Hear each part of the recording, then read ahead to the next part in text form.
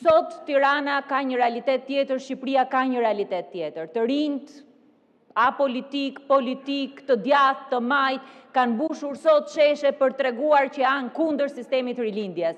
Kundër atij sistemi që i ka detyruar ato për vite me radhë të largohen.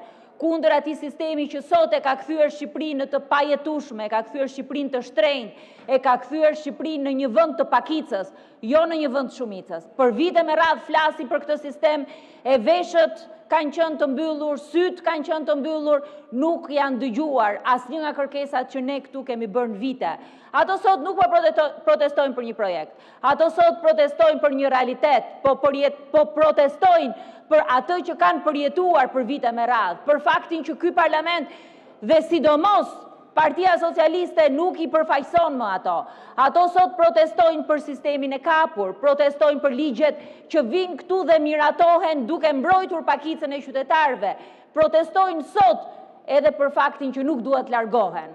Kam qenë ditën e parë që shkoj në atë protest, që ditën e parë që jam ulur me ato qytetarë dhe nuk ka pasur emocion më të madh se dëgjosh e të shohësh të rinj shqiptar me flamurin e bukur në krah e që këndojnë himnin dhe që janë kundër asaj që rilindja sot ka mbjell, kundër asaj që rilindja ka bërë në këto 13 vite, kundër asaj që po ndodh sot në Shqipëri.